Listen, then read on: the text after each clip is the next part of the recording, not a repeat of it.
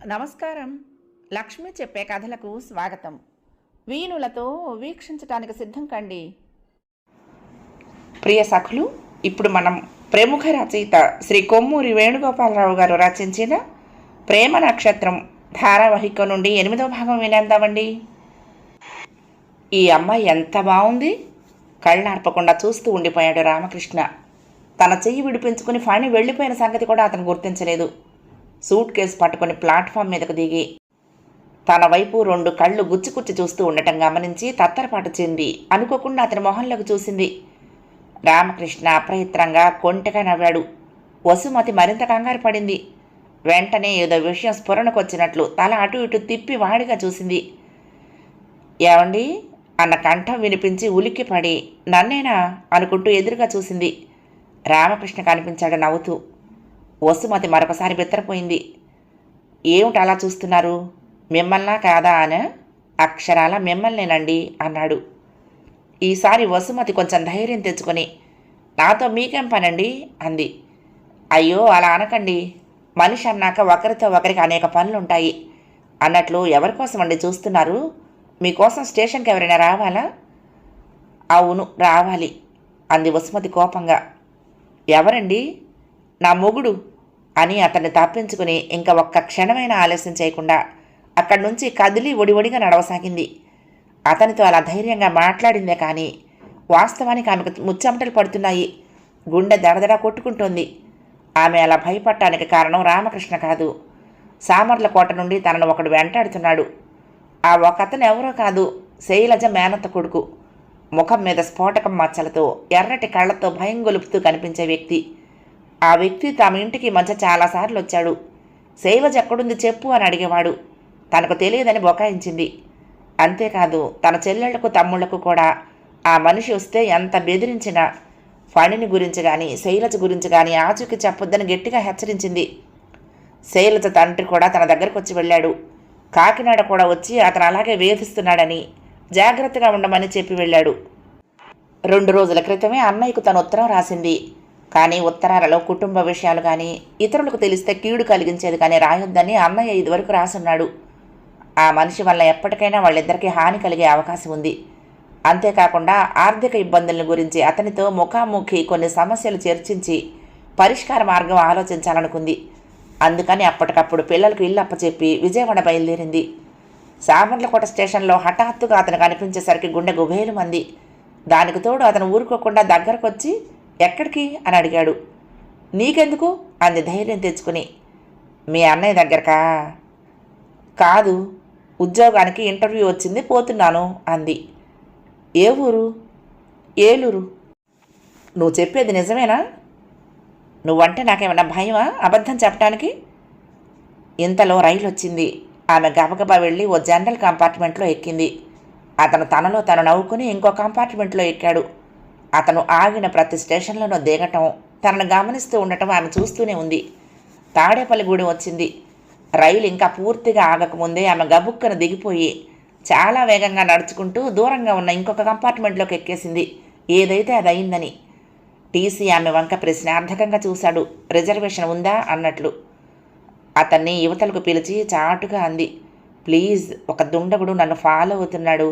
కనిపించకుండా ఉండాలని ఇందులో ఎక్కేశాను. విజయవాడ దాకా చోటు ఇవ్వండి అంది. తాను ఆపదలో ఉన్న ఓ యువతికి రక్షణనిస్తున్నందుకు టీసీకి గొప్ప ఉత్సాహం వచ్చింది. దట్స్ ఆల్ రైట్ అని ఈల వేసుకుంటూ ప్యాసింజర్స్ దగ్గరికి వెళ్ళిపోయాడు. బయటకు కనిపించకుండా ఓ మూలకు ఒదిగి నిల్చుంది వసుమతి. ఏలూరు వచ్చింది. ఆమె గుండె గబగబా కొట్టుకుంటోంది. అతను దిగాడా? పెట్టెలన్నీ గాలిస్తున్నాడా? తన మాటల్ని నమ్మాడా? ఈ ఊళ్ళో దిగలేదని మళ్ళీ రైల్లో ఎక్కేస్తాడా? ఏమైనా సరే తను బయటికి చూడకూడదు. ఊపిరి బిగపట్టి నిల్చుంది. రైలు కదిలింది. విజయవాడ వచ్చింది. ఇక తప్పదు. కిందకు దిగింది. ప్లాట్ఫామ్ మెట్లెక్కి బయటకు వస్తూ వసుమతి చురుగ్గా ఆలోచిస్తున్నది. బాగా చీకటి పడిపోయింది. ఆకాశం మేఘావృతమై ఉంది. ఏ క్షణంలోనైనా వర్షం ముంచుకు రావచ్చు. అన్నయ్య పనిచేస్తున్న కంపెనీ ఊరికి 4-5 మైళ్ళ దూరంలో ఉన్నట్లు వింది. ఈ పరిస్థితుల్లో ఒంటరిగా అంత దూరం వెళ్ళగలదా? ఆ వ్యక్తి ఏలూరులో దిగాడో లేక ఇంకా తనను వెంటాడుతున్నాడో? ఏమైనా ఎక్కువసేపు తాను వీధుల్లో తిరగటం క్షేమం కాదు. ఇంతలోనే ఆమెకు మెరుపులా ఓ ఆలోచన తట్టింది. ఈ ఊళ్ళోనే సావిత్రి అని తన ఫ్రెండ్ ఒకతుంది. ఒకసారి పెద్దాపురంలో ఒక స్నేహితురాలింటికి వచ్చినప్పుడు ఆమెతో పరిచయం అయింది. ఆమెది విజయవాడ. చాలా కలుపుగోలుతనంగా మాట్లాడింది. అక్కడి నుంచి వెళ్ళిపోయాక తరచూ ఉత్తరాలు రాస్తూ ఉండేది. ఆమె అడ్రస్ తనకు తెలుసు. ఇల్లు సూర్యారావుపేటలో ఉంది. మెట్లు దిగగానే రిక్షా వాళ్ళు ఆమె చుట్టూ ఎగబడ్డారు. ఒక అతన్ని పిలిచి అడ్రస్ చెప్పి తీసుకెళ్ళగలవా అని అడిగింది. తీసుకువెళ్తాను, 2 రూపాయలు అన్నాడు. ఆ రేటు సమంజసమో ఎక్కువో ఆలోచించే ఓపిక లేదు. వెంటనే ఎక్కి కూర్చుని పోనీ అంది. చేతికి రిస్టు వాచి లేదు. టైం 7:30కు 8కి మధ్య అయి ఉంటుంది. ఆ రిక్షా టాప్ వేసింది. ఆమె భయంగా కూర్చుని మధ్య కిటికీలో నుంచి వెనక్కి తిరిగి చూస్తోంది. కాసేపటికి రిక్షా అతను సూర్యారావుపేట ప్రాంతంలోకి వచ్చాడు. ఆమెను అడ్రస్ మళ్ళీ అడిగి ఆ వీధి పేరు సందు పేరు వాకపు చేశాడు. సరిగ్గా ఇల్లు కనుక్కునేసరికి 10-15 నిమిషాలు పట్టింది. చివరకు ఓ డావా ఇంటి ముందు ఆగి ఇదేనమ్మా దిగండి అన్నాడు. ఆమె రిక్షా దిగి అతనికి డబ్బులిచ్చి పంపేసింది. అది ఒక చిన్న డాబా ఇల్లు. ఇంటి ముందు చిన్న ప్రహరీ. ఇంటికి ప్రహరీకి మధ్య కొంచెం ఖాళీ స్థలం ఉంది. గేటు దాటి లోపలికి వెళ్ళేసరికి ఎడం పక్క ఓ సువేగా కనిపించింది లైటు వెలుగులో. ఇంటి తలుపులు వేసున్నాయి. కాలింగ్ బిల్ ఉందా? ఎక్కడా కనపడలేదు. ఓ నిమిషం తటస్థంగా నిలబడి తలుపు తట్టింది నెమ్మదిగా. ఎవరు అంది లోపల నుంచి ఒక కంఠం. ఏం చెప్పాలో తెలియలేదు. మౌనంగా ఊరుకుంది. ఎవరంటే లోపల నుండి వినిపించింది. నేనండి అంది విధిగా. నేనంటే ఎవరు? ఏం చెప్తుంది? మళ్ళీ మెదలకుండా ఊరుకుంది. తలుపు కొట్టి మాట్లాడరేం? విసురుగా తలుపులు తెరుచుకున్నాయి. లోపల నిలబడి ఉన్న మనిషిని చూసి నిర్ఘాంతపోయి నిలబడిపోయింది వసుమతి. అతను రామకృష్ణ. ఫణి, శైలజ ఇద్దరూ కలల్లో నుంచి ఇంతసేపు విహరించిన ఏదో లోకాల నుంచి యువతలకు వచ్చేసరికి తమ చుట్టూ ఎదురుగా కంపార్ట్మెంట్ అంతా మనుషులు నిండున్నారు. అంతేకాదు తాము కూర్చుని ఉన్న రైలు పెట్టె వాయువేగంతో కదిలిపోతున్నది. ఏయ్ మిస్టర్, ఇందాకటి నుండి చూస్తున్నాను, ఎప్పుడు కళ్ళు తెరిచి చూస్తారా అని. ఇప్పటికైనా మెలకు వచ్చిందా? ఈ సీటు నాది, లేపటం ఎందుకని చూస్తున్నాను. పక్కన నిలబడి ఉన్న ఓ లుంగి కట్టుకున్న అతను అంటున్నాడు. పనికి గుండె ఆగినంత పనయింది. శైలజ ముఖం కూడా నెత్తురులేనట్లు పాలిపోయింది. రైలు వెళ్ళిపోతుందేమిటి? ఎక్కడికి అని అడిగాడు కంగారుగా. ఇది మద్రాసు వెళ్లే సూపర్ ఫాస్ట్ ఎక్స్ప్రెస్. మధ్యాహ్నం 12 గంటల ప్రాంతంలో బయలుదేరాల్సింది. ఎక్కడో పట్టాలు తప్పి 8 గంటలు లేటుగా వచ్చింది. ఇక మద్రాసు దాకా ఎక్కడ ఆగదు అన్నాడు లుంగి అతను. అయ్య బాబోయ్ అనుకుంటూ ఫణి ఒక్క ఉదుటిన లేచి నుంచున్నాడు. శైలజకు మత్తు పూర్తిగా దిగిపోయింది.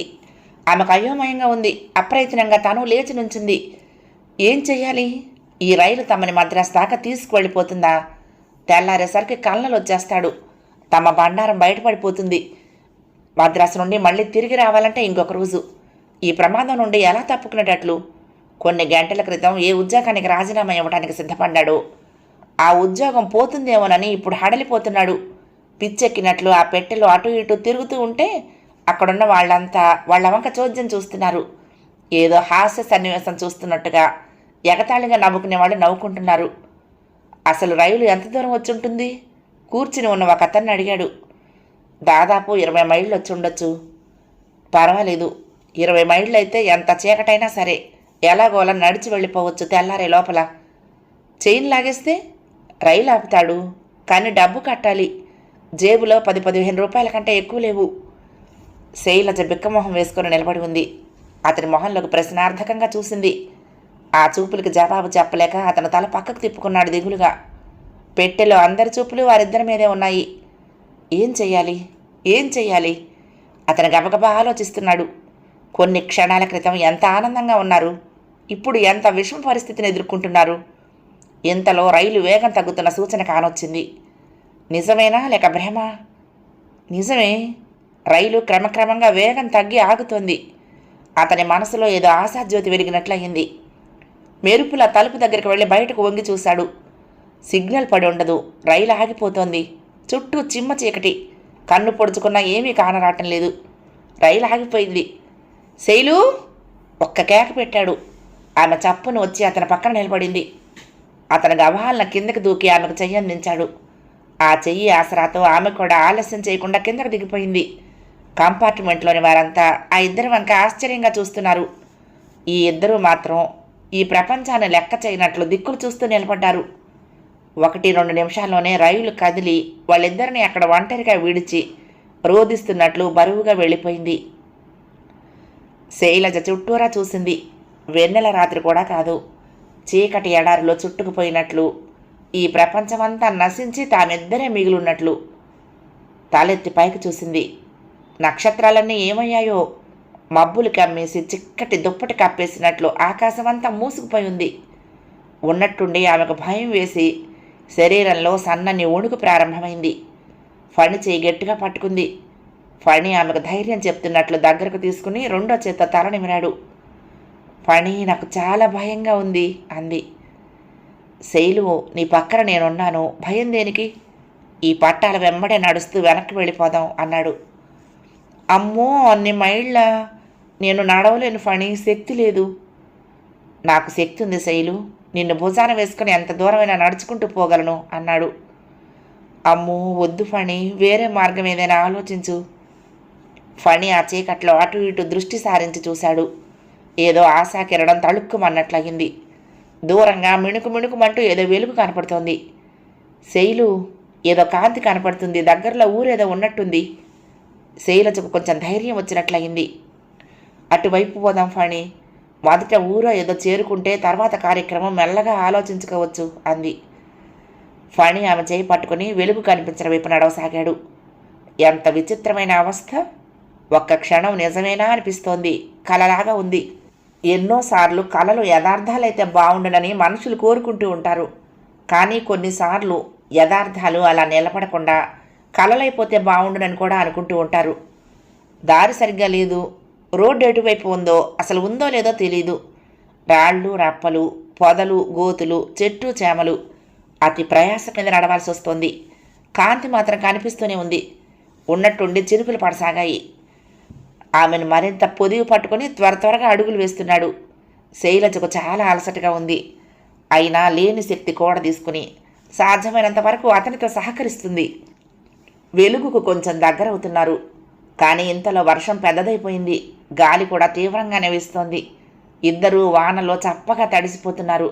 శైలజకు శరీరంలో నుంచి చలి పుట్టుకొచ్చి గజగజమని ఉడుకుతుంది. శైలు, బాగా చలిగా ఉందా? జాలిగా బాధగా అడిగాడు. అవును ఫణి, ఉండలేకపోతున్నాను. ఆమెను మరింత గట్టిగా పొదివి పట్టుకున్నాడు. ఇంచుమించు ఆమె భారమంతా తనే మోస్తూ గబగబా నడుస్తూ ముందుకు చూసి కొయ్యబారిపోయాడు. ఇంతవరకు కనిపించిన కాంతి ఇప్పుడు కనపడటం లేదు. ఆమె మరింత అధైర్యపడుతుందని బయటకు చెప్పలేదు, నిరుత్సాహపడలేదు. ఇందాక కనిపించిన వైపు గుర్తుపెట్టుకుని శక్తినంతా పుంజుకుని ఆ చీకట్లో గాలివానలో అలాగే నడుస్తున్నాడు. శైలజ పసిపిల్లల అతనికి హత్తుకుపోయి తనకు తెలియకుండానే అడుగులు వేస్తున్నది. గుండెలు అదిరిపోయేటట్లు వింత వింత శబ్దాలు, అడుగడుక్కి ప్రతిబంధకాలు, నిశీధిలో గాలికి ఊగే చెట్లు, కొండపోతగా వర్షం. ఈ వాతావరణంలో గమ్యం చేరుకోలేకపోతే? ఇంతలో ఓ మెరుపు మెరిసింది. కళ్ళు జిగేలుమన్నట్లే చప్పున ఆగిపోయాడు. ఎదురుగా ఓ పెంకుటిల్లు. అక్కడి నుంచేనా ఇందాక దీపం ఏదో కనిపించింది? శైలు, ఏదో ఇల్లు చేరుకుంటున్నాం, ఇక భయం లేదు అన్నాడు. ఆ మాటలు విని శైలజకు కాస్త ఓపికొచ్చినట్లయింది. అతనితో పాటు ఆ ఇంటి వైపు లేని బలం తెచ్చుకుని ముందుకు సాగింది. ఎంత చీకటిగా ఉన్నా కొద్దిగా తెలుస్తోంది. ఫణి తడుముకుంటూ ద్వారం చేరుకున్నాడు. తలుపులు వేసున్నాయి. దబదబ బాదాడు. ఎవరు? బయట శబ్దాలలో వినిపించనట్లు లోపల నుండి ఎవరిదో కంఠం. ప్లీజ్ తలుపు తీయండి, గాలివానలో చిక్కుకుపోయాము. ఉండండి. ఒక్క నిమిషం తర్వాత తలుపులు తెరుచుకున్నాయి. లోపల ఎవరో నిలబడి ఉన్నట్లు తెలుస్తోంది, కానీ చీకటి వలన చాలా అస్పష్టంగా ఉంది. ముందు లోపలికి రండి. తలుపులు తెరుచుంటే గాలికి దీపం వెలిగించడం కష్టం. నా చేతిలో అగ్గిపెట్టుందిలేండి. ఫణి శైలజతో సహా లోపలికి అడుగుపెట్టాడు. ఆ వ్యక్తి తలుపులు గడిగి పెట్టాడు. ఉండండి, ఒక్క నిమిషం. అతను అటు కేసు తిరిగి అగ్గిపుల్ల గీసి గోడ దగ్గర ఉన్న హరికెన్ లాంతరు తీసుకుని దీపం వెలిగించాడు. అవును, ఈ గాలి వానలో ఇంత చీకట్లో ఇక్కడికి ఎలా రాగలిగారు అంటూ దీపం చేతితో పట్టుకుని వాళ్ళ వైపు తిరిగాడు. అతన్ని చూస్తూనే ఫణి శైలజ నిశ్చేష్టులైపోయారు. అతను పురుషోత్తం. అలనాడు కుక్క కాటుకు ఎరగి ఫణిని బయటపడైపోయి తానే బయటపడి ఉద్యోగం పోగొట్టుకుని కల్నల్ కంపెనీ నుంచి వెళ్ళగొట్టబడ్డ పురుషోత్తం. ఫణిని శైలజను దీపం వెలుగులో చూసి పురుషోత్తం కూడా మొదట నిశ్చేష్టుడయ్యాడు. కానీ వెంటనే తేరుకుని బిగ్గరగా నవ్వుతూ, వండర్ఫుల్, బ్యూటిఫుల్, ఇంత మంచి సంఘటన మళ్ళీ నా జీవితంలో ఎదురవుతుందని అనుకోలేదు. మళ్ళా మనం కలుసుకున్నాం, I mean with your girlfriend అన్నాడు. శైలజ ముఖం పాలిపోయింది. ఫణికి ఏం మాట్లాడాలో తోచక ఊరుకున్నాడు. పురుషోత్తం మళ్ళీ నవ్వాడు. Mister Phani, are you feeling delicate? Phani బలవంతాన పెదవుల మీదకి నవ్వు తెచ్చుకున్నాడు. నెవర్ అన్నాడు కాస్త ఆహంతో. That's good. మీరంటే నాకు అసూయగా ఉందనుకుంటున్నారా? No, I congratulate both of you. కానీ ఇది ఎలా సాధ్యమైంది? ఫణి టూకీగా జరిగింది చెప్పాడు. సో కల్నల్ ఊరెళ్ళటం మీకు ఆట విడిపోయిందన్నమాట. You are lucky. అది సరే, మీరు ఈ ఊళ్ళో ఎందుకున్నారు అడిగాడు ఫణి. ఇది మా ఊరు కాబట్టి అన్నాడు పురుషోత్తం. ఏ ఊరు? ఇది చుండూరు. ఇక్కడికి విజయవాడ ఎంత దూరం ఉంటుంది? దాదాపు 25 మైళ్ళు. ఎలా చేరుకోవటం? తెల్లవారేసరికి అక్కడ ఉండాలి. వెంటనే అసంభవం. మొదట వాన వెలవాలి. ఇప్పట్లో ఇక్కడ ఆగే రైళ్ళేమీ లేవు. మరి ఎలా? వాన వెలిశాక ఈ ఊళ్ళోనే నాకు తెలిసిన అతనికి మోటార్ సైకిల్ ఒకటి ఉంది. అన్నట్లు మీకు నడపడం వచ్చా? వచ్చు. అతన్ని పట్టుకుని మోటార్ సైకిల్ తీసుకురావాలి. నా దగ్గర టార్చ్ లైట్ లేదు. ఈ వర్షంలో దీపం లేకుండా అతని ఇల్లు ఆనవాలు పట్టడం అసాధ్యం. ఒకవేళ కనుక్కున్నా మీరు దారి తెలుసుకుని డ్రైవ్ చేయలేరు. కనీసం ఇంకొక 2-3 గంటలైనా గడపాలి అన్నాడు. ఫణి పురుషోత్తమ వంక కృతజ్ఞతాభావంతో చూశాడు. మొదట అతన్ని చూడగానే ఎంత చికాకు అనిపించింది. కానీ అతను ఎంత స్నేహభావంతో మాట్లాడుతున్నాడు. ఫణి అతని ముఖంలోకి చూశాడు. కొద్దిగా గడ్డం పెరుగుంది. పైజమా లాల్చి వేసుకున్నాడు. మనిషి మునుపటి కన్నా కొంచెం చిక్కాడు. ఇక్కడేం చేస్తున్నారు మీరు? వ్యవసాయం. మీకు పొలం ఉందా? కొద్దిగా ఉంది. కానీ అది సాగుబడి చేయటానికి డబ్బు లేదు. అప్పు చేద్దామంటే ఇచ్చే నాదుడు ఎవరూ కనపడటం లేదు. అలాగే నానా తిప్పులు పడుతున్నాను. ఒక రకంగా యాతనే అనుకోండి అని శైలజ వైపు యథాలాపంగా తిరిగి అరే అన్నాడు. వెంటనే ఫణి కూడా అటువైపు చూశాడు. పూర్తిగా తడిసిపోయిన బట్టల్లో శైలజ గజగజమని ఉణికిపోతుంది. ఐఎమ్ సో సారీ, మాటల్లో పడి గమనించనే లేదు. ఆ పక్క గదిలోకి పదండి, ఇంతకన్నా కొంచెం వెచ్చగా ఉంటుంది. ఫణి శైలజతో సహా పక్క గదిలోకి వెళ్ళాడు. వెనకాలే పురుషోత్తం దీపంతో సహా వచ్చాడు. ఆ గదిలో తెల్ల దుప్పటి పరిచిన మంచం గోడవారగా వేసింది. దగ్గరలో ఓ స్టూల్ ఉంది. పురుషోత్తం లాంతరును ఆ స్టూల్ మీద పెట్టాడు. ఆమె బాగా తడిసిపోయారు, డ్రెస్ చేంజ్ చేసుకోవాలి. కానీ నా దగ్గర అంటూ మొదటి గదిలోకి వెళ్ళాడు. దీపం అన్నాడు ఫణి. ఇంకోటి ఉంది, వెలిగిస్తాను. శైలు, నీరసంగా ఉన్నావు, ఆ మంచం మీద కూర్చో. శైలజ నిశ్శబ్దంగా మంచానికి ఓ పక్కన వెళ్ళి కూర్చుంది. కానీ ఆమె ఏమీ మాట్లాడలేకపోతుంది. ఏదో కలలో ఇవన్నీ జరుగుతున్నట్లు విచిత్రమైన అనుభూతికి లోనవుతోంది. మిస్టర్ ఫణి, అవతల గదిలో నుంచి పురుషోత్తం గొంతు వినిపించింది. వస్తున్నా అంటూ ఫణి అటుకేసి వెళ్ళాడు. చూడండి, ఇదిగో ఇది టవల్. మరి పైజమా లాల్చి ఒక్కజాతే ఉన్నాయి. ఇంట్లో ప్రస్తుతం ఇంకేమీ లేవు. ఎలా? పర్వాలేదులేండి, అదే గొప్ప. ఫణి అతని చేతిలో నుండి అందుకుని లోపలికి వెళ్ళాడు.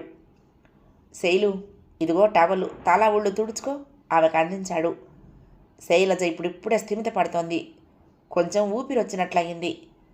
శైలు, పైజమా లాల్చి ఒక్కజాతే ఉన్నాయి. ఇద్దరం వీటితోనే సర్దుకోవాలి. నువ్వు పైజమా, నేను లాల్చి వేసుకుందావా అన్నాడు. శైలజకు ఒంట్లో ఏదో జరజర పాకినట్లయింది. నీరసం గీరసం ఎగిరిపోయింది. ఏయ్, చెప్తున్నాను, ఇలాంటి పిచ్చి మాటలు మాట్లాడావంటేనా అంది. ఓహో, చలి ఆగటం కష్టం కదూ. పోనీ లాల్చి నువ్వు వేసుకో, మోకాళ్ళ దాకా వస్తుంది. పైజమా నేను వేసుకుంటాను అన్నాడు. శైలజ అతని వంక కోపంగా చూసింది. సారీ, అయితే 2 నువ్వే తీసుకో అంటూ ఆమె ఒడిలో పడేసి యువతల గదిలోకి వచ్చాడు. పురుషోత్తం గోడకున్న అల్మరాలో నుంచి ఏవో తీసి ప్లేట్లలో సర్దుతూ ఉండటం దీపం వెలుతురులో కనిపించింది. ఏమిటి చేస్తున్నారు అడిగాడు దగ్గరకొచ్చి. చేగొడీలు, మధ్యాహ్నమే తెలిసిన వాళ్ళు పంపించారు, లోపలికి తీసుకువెళ్ళండి అన్నాడు. ఫణి ఆర్ద్ర హృదయంతో చెలించాడు. మీరివన్నీ? నేను కష్టపడింది ఏమీ లేదు. సిస్టర్ ఆకలికి ఎలా తట్టుకుంటుంది? ఇంతకన్నా ఇంకేం లేదు మరి అని 2 ప్లేట్లు ఫణి చేతుల్లో ఉంచాడు. ఇంట్లో మీరు తప్ప ఎవరూ లేరా అడిగాడు ఫణి. లేరు, ఇంట్లోనే కాదు బయట కూడా ఎవరూ లేరు, ఒక్కరు తప్ప. ఆ ఒక్కరు చేరువవటం ఎప్పుడో అన్నాడు. ఫణికి అర్థమైంది. ఆ విషయమే సంభాషణ పొడిగించడం ఇష్టం లేకపోయింది. తీసుకువెళ్ళండి ప్లీజ్ అన్నాడు పురుషోత్తం. ఫణి అవి పట్టుకుని లోపలికి వెళ్ళాడు. శైలజ చారల పైజమా లాల్చి వేసుకొని అటు ఇటు తిరుగుతోంది. మార్వలెస్ అని ఆమె వైపు కళ్ళు అప్పగించి చూస్తూ నిలబడిపోయాడు. ఇవన్నీ ఏమిటి అంటూ శైలజ దగ్గరకు వచ్చింది. అమ్మాయి గారికి ఓపిక రావటానికి అంటూ ఫణి ఆమెకు ఒక ప్లేట్ అందించాడు. ఇద్దరు వెళ్ళి మంచం మీద పక్కపక్కన కూర్చున్నారు. ఆ వాతావరణంలో చెగోడీలకు ఎక్కడ లేని రుచి వచ్చింది. పాపం మన కోసం ఆయన ఎంత శ్రమ పడుతున్నారో అంది. ఫణికి అదే భావం ఉంది. ఆమె అభిప్రాయంతో ఏకీభవించినట్లు తల ఊపాడు. ఫణి, తడి బట్టల్లో ఉన్నావు, చలియటం లేదు అంది. ఎందుకు వేయటం లేదు? నువ్వు ప్రశ్నలు అడుగుతావు కానీ ఏమీ సలహాలు చెప్పవు అన్నాడు. ఇంతలో మిస్టర్ ఫణి అని బయట నుండి మళ్ళీ పిలుపు వినిపించింది. ఎస్ అంటూ ఫణి యువతలకొచ్చాడు. పురుషోత్తం చేతుల్లో 2 కప్పులున్నాయి. ఏమిటిది? బ్లాక్ టీ, పాలు లేవు అందుకని. ఫణి గుండె కలుక్కుమన్నట్లయింది. మీరు అర్ధరాత్రి వేళ ఇంత శ్రమకు వచ్చి... నో ఆ మాట అనకండి. శ్రమే ఉంది, స్టవ్ ఉంది, 5 నిమిషాలు పట్టలేదు. అయినా మీరెవరు నాకు పరాయి వారా? ఇద్దరం ఒక గూటి కింద పనిచేసిన వాళ్ళం. ప్లీజ్ తీసుకోండి అన్నాడు. ఫణి కృతజ్ఞతతో నిండిపోయి ఏమీ మాట్లాడలేక చేతులు చాచి కప్పులు అందుకున్నాడు. వెళ్ళబోతున్నాడు. ఫణి, ఒక్క మాట, ఇక మిమ్మల్ని డిస్టర్బ్ చేయను. 2-3 గంటలయ్యాక మోటార్ సైకిల్ తీసుకొచ్చాక లేపుతాను. ఫణి, కల్నల్ పాలనలో నియమాలు నిబంధనలు నాకంటే ఎవరికి ఎక్కువ తెలియవు. తలుపేసుకోండి. No delicacy, relax, this is your day అన్నాడు. ఫణి ఒక్క క్షణం నిశ్శబ్దంగా ఉండిపోయి తర్వాత లోపలికి వెళ్ళిపోయాడు. అతను లోపలికి వెళ్ళగానే తలుపులు మూతపడ్డాయి. ఫణి, మళ్ళీ ఏమిటి తెచ్చావు అంది. టీ. ఓ కప్పు ఆమెకు అందించాడు. అది కాదు, ఈ తలుపులు మూతపడటం. సి అంటూ వెళ్ళి గడియ పెట్టాడు. ఫణి వెళ్ళి ఆమె పక్కన కూర్చున్నాడు. శైలు, టీ తాగు అన్నాడు. ఆమె ఏమీ మాట్లాడలేదు. మనసు రకరకాలుగా పరిభ్రమిస్తోంది. ఎన్ని అనుభవాలు ఈవేళ. ఆమె మౌనంగా టీ తాగుతోంది. ఒంట్లో వేడితో పాటు రక్తంలో ఏదో చైతన్యం కలిగి కొత్త శక్తితో ప్రవహిస్తున్నట్లు అయ్యింది. చలి ఇంత వేడిగా ఉంటుందని ఇప్పుడే తెలుసుకుంటున్నారు. టీ కప్పులు కింద పెట్టారు. ఆమెకు దగ్గరగా జరిగి భుజం చుట్టూ చేయి వేశాడు. ముఖం తన వైపుకు తిప్పుకోబోయాడు. ఫణి వద్దు అనబోయింది కానీ మాట రాలేదు. ఆ చాలని కాంతిలో తడిసిన కళ్ళల్లోని సెగలు ఆమెను మాట్లాడనివ్వలేదు. చాలా కాలం తర్వాత అదే కొత్త అయినట్లు, మొదటిసారి అయినట్లు ఇద్దరి పెదవులు ఆపగా తెలిసి తెలియనితనంగా తికమకగా కలుసుకున్నాయి. ముసిముసి గుసలు చెప్పుకునే ఓర్పు ఎవరిలోనూ లేదు. ఆమె అతని ఒడిలోకి జారిపోయింది. ఆమెతో సహా అతని మంచం మీదకి వాలిపోయాడు.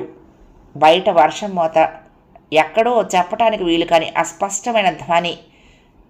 ఉద్రేకంలో, మైకంలో, ఆవేశ పొంగులో అతని చేతులు తడుములాడుతున్నాయి. పక్క గదిలో నుంచి గట్టిగా దగ్గు వినిపించింది. ఇద్దరు ఉలిక్కి పడ్డారు. ఏమిటది? మళ్ళీ ఏదో మూలుగులాంటి ధ్వని. ఏమిటంటూ ఉంటే నే లేచి చూడలేను అన్నాడు ఫణి. ప్లీజ్ అంది శైలజ. ఫణికి ఒళ్ళు మండిపోయింది. కానీ ఒక పక్కన చూడాలనుంది. లేచి నిలబడ్డాడు. ఈ పరిస్థితుల్లో తలుపు తీస్తే బాగుండదు. అటు ఇటు చూశాడు. తలుపుల పక్కగా కొంచెం ఎత్తులో ఓ కిటికీ కనిపించింది. లాంతర్ తీసి కింద పెట్టి స్టూలు ముందుకు లాగి ఎక్కి నిలబడ్డాడు. ఇప్పుడు కిటికీ ఎత్తులో ఉన్నాడు కానీ తలుపులు మూసున్నాయి. మెల్లగా ఓ రెక్క తెరిచి అటువైపు గదిలోకి చూశాడు. రక్తం గడ్డకట్టినట్లయిపోయింది. నేల మీద పరిచి ఉన్న చాప మీద కల్నల్ తన భారీ శరీరాన్ని వాల్చి పడుకుని ఉన్నాడు. అతని ఒంటి నిండా దెబ్బలు. పురుషోత్తం అతని పక్కన కూర్చుని ఆ గాయాలకు కట్లు కడుతున్నాడు. ఫణి నిశ్చేష్టత నుంచి కోలుకొని స్టూలు దిగి నెమ్మదిగా వచ్చి మంచం మీద మెదలకుండా పడుకున్నాడు. అతనిప్పుడు నీళ్లు కారినట్లయిపోయాడు. ఒళ్ళంతా చలవలు కమ్మినట్లయింది. శైలజ అతని వైపు తిరిగి 2 చేతులతో అతన్ని చుట్టేసి తన వైపుకు తిప్పుకునేందుకు ప్రయత్నిస్తూ అంది. ఫణి, ఊరకుండిపోయావేం అని. తప్పలేదు, కల్నలున్నాడు పక్క గదిలో చెప్పాడు. శైలజ కీచుమని అరవబోయి నిగ్రహించుకుంది. ఈసారి చలవలు కమ్మటం ఆమె వంతయింది. ఎలా వచ్చాడు ఇక్కడికి అంది. ఏమో తెలీదు, ఒంటి నిండా దెబ్బలున్నాయి. పురుషోత్తం సపర్యలు చేస్తున్నాడు. ఇప్పుడెలా? అతని కళ్ళ పడకుండా ఎలా బయటపడాలి? ఫణి కూడా అదే ఆలోచిస్తున్నాడు. వసుమతి ఉత్తరం చూశాక, శైలజ ఆమె ఇంటి స్థితిగతులు వివరించాక ఇప్పుడు ఏమాత్రం ఉద్యోగం పోగొట్టుకునేందుకు సిద్ధంగా లేరు. అంతేకాదు, ఈ స్థితిలో ఉద్యోగం పోయిందంటే జీవిత చక్రం తలకిందులైపోతుంది. ఒక్కొక్క నిమిషం ఒక యుగంగా గడుస్తోంది. ఎంత టైం అయిందో తెలియటం లేదు. ఇద్దరూ ఒకరి పక్కన ఒకరు ఉండి శూన్యం ఆవరించిన స్థితిలో ఒంట్లోని బలం, శక్తి సర్వం పోగొట్టుకున్నట్లుగా అలా నిశ్శబ్దంగా పడున్నారు. చివరకు తలుపు మీద చిన్న చప్పుడయింది. ఫణి లేవబోతున్నాడు. శైలజ భయంగా అతని చేయి పట్టుకుని ఆపి, తెరవకు, కళ్ళలై ఉంటాడు అంది. కళ్ళలు ఎందుకు తలుపు తాడతాడు?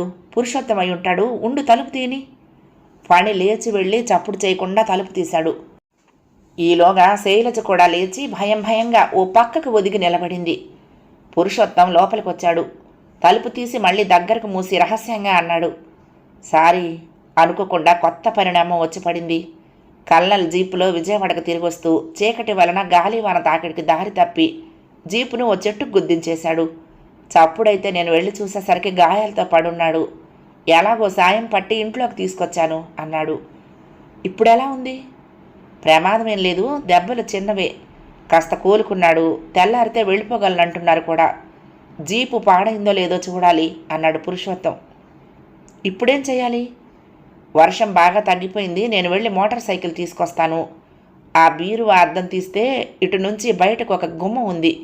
ఆ గదిలోకి వెళ్ళక్కర్లేకుండానే బయటకు వెళ్ళిపోవచ్చు. మరి నేను వెళ్ళిరానా అన్నాడు. కళ్ళలేం చేస్తున్నాడు?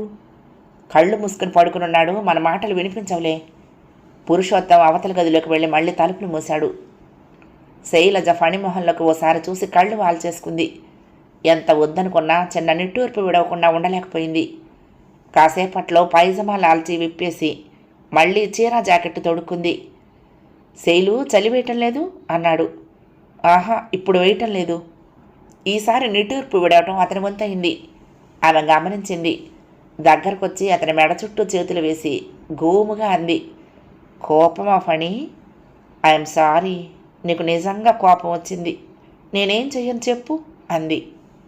స్త్రీ పురుషుల మధ్య జరిగే తమాషానే అంతా. ఒకళ్ళు చేసిన తప్పులకు ఒకళ్ళు క్షమాపణ అడుగుతూ ఉంటారు. నిజంగానే కోపం రాలేదు అన్నాడు. అయితే నవ్వు. ఫణి బలవంతాన నవ్వు తెచ్చుకున్నాడు. ఇలాగేమిటి నవ్వేది? శైలజ గట్టిగా నవ్వబోయే ప్రయత్నంలో భంగిమ మార్చిపోతోంది, కల్నల్ను అనుకరించబోతున్నట్లుగా. పక్క గదిలో నుండి కల్నల్ దగ్గు వినిపించింది. చచ్చాం అని చిన్నగా నవ్వి ముఖం ముందుకు వంచి అతని పెదవుల మీద మృదువుగా ముద్దు పెట్టుకుంది. ప్లీజ్ మామూలుగా ఉండు అంది. ఫణేమీ మాట్లాడలేదు. నువ్వు మొహం నల్లగా పెట్టుకుని ఉంటే నేను చూడలేను. ఫణి ఆమెను దగ్గరకు తీసుకుని గుండెలకు హత్తుకున్నాడు. బయట మోటార్ సైకిల్ చప్పుడు వినిపించింది. కొంచెం సేపట్లో తలుపు మెల్లగా తోసుకుని పురుషోత్తం లోపలికొచ్చాడు. తీసుకొచ్చాను. రోడ్డంతా చాలా బురదగా ఉంది. జాగ్రత్తగా వెళ్ళగలరా అన్నాడు. పర్వాలేదు, వెళ్తాం. పురుషోత్తం గుమ్మానికి అడ్డుగా ఉన్న చిన్న బీరువాను చప్పుడు కాకుండా యువతలకు లాగాడు.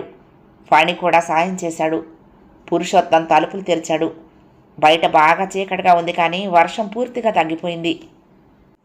పురుషోత్తం లాంతరు తీసుకుని వాళ్లతో బయటకొచ్చాడు.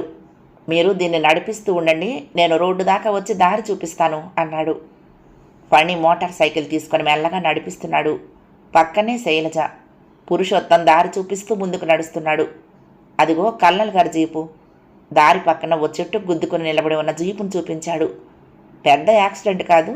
జీపు కొద్దిగా నష్టపడినట్లుగా అనిపించింది లాంతర్ వెలుగులో. అవును, ఇది మీకు తిరిగి చేరటం ఎలాగా అన్నాడు ఫణి. బందర్ రోడ్లో బెంజ్ కంపెనీ దాటాక నాకు తెలిసిన వాళ్ళ ఇల్లుంది. మెయిన్ రోడ్డు మీదే ఉంటుంది అని పురుషోత్తం ఆ ఇంటి గుర్తులు అర్థమయ్యేలా చెప్పి, అక్కడ అప్పచెప్పండి, నేను వచ్చి తీసుకుంటాను అన్నాడు. రోడ్డు మీదకొచ్చారు. జాగ్రత్తగా వెళ్ళిరండి అన్నాడు పురుషోత్తం. ఫణి ఓ చేత్తో మోటార్ సైకిల్ పట్టుకుని రెండో చెయ్యి అతని భుజం మీద వేసి ఆప్యాయంగా నొక్కాడు. మీరు చేసిన మేలు ఈ జన్మల్లో మర్చిపోలేను అన్నాడు కృతజ్ఞతాపూరితంగా. భలేవారు, నేనేం చేశాను? శైలజ కూడా అతనికి వినమ్రంగా నమస్కారం పెట్టింది. ఉంటాను సిస్టర్ అన్నాడు Purushottam. Phani motor cycle start చేశాడు. శైలజ వెనకెక్కి కూర్చుంది. పురుషోత్తం చేతిని గాలిలో ఊపుతున్నాడు. మోటార్ సైకిల్ కదిలి రివ్వున ముందుకు సాగిపోతుంది. ఇంకా చీకట్లు ఉండగానే విజయవాడ చేరుకున్నారు. పురుషోత్తం ఇచ్చిన అడ్రస్ ప్రకారం మోటార్ సైకిల్ అప్పచెప్పి రిక్షా ఎక్కి కాలనీ చేరుకున్నారు. మెయిన్ గేటు దగ్గరగా వేసింది. తోసేటప్పటికి తెరుచుకుంది. పరశురాం ఎక్కడున్నాడో చూడలేదు. పరిశీలించి చూడటం ఇష్టం కూడా లేదు. ఎందుకంటే తాను శైలజతో అతని కళ్ళబడటం సబబైన పని కాదు. కాలనీ అంతా నిశ్శబ్దంగా ఉంది. ఇద్దరూ పక్కపక్కన నడుస్తూ తమ కాటేజీలు చేరుకున్నారు. పోల్ లైట్ కాంతిలో ఫణి శైలజ ముఖంలోకి దిగులుగా చూశాడు. ఈరోజు ఎన్ని అనుభవాలు, చివరకు ఎంత అసంపూర్తిగా ముగిసింది. శైలు గుడ్ నైట్ అన్నాడు. కాసేపట్లో తెల్లవారబోతోంది. శైలజ బరువుగా నవ్వింది. ఇద్దరూ విడిపోయారు. ఎవరి కాటేజీలోకి వాళ్ళు చేరుకున్నారు. లోపలికి పోబుద్ది కావటం లేదు. బాల్కనీలో నిలబడ్డారు. ఒకరి ముఖాల్లోకి ఒకరు బాధగా చూసుకున్నారు. ఫణి చేతిని పైకెత్తి గాలిలో ఊగించాడు. శైలజ చెయ్యి కూడా పైకి లేచింది. ఇంతలో ఏదో అనుమానం ఈ ప్రపంచంలోకి వచ్చినట్లు అయింది. ఇద్దరూ ఒకేసారి పక్కకు చూశారు. చూడమని ఆమె కాటేజీలో బయట నిలబడి ఉంది. 8వ భాగం సమాప్తం. ప్రియ సఖులు, ఈ కథ మీకు నచ్చితే తప్పకుండా లైక్ చేయండి, షేర్ చేయండి, కామెంట్ చేయండి, సబ్స్క్రైబ్ చేసుకుని నన్ను ఎంకరేజ్ చేయండి. ఉంటానండి. ప్రేమతో లక్ష్మి, కృష్ణాతీరం దుర్గమ్మ సన్నిధానం. నమస్తే.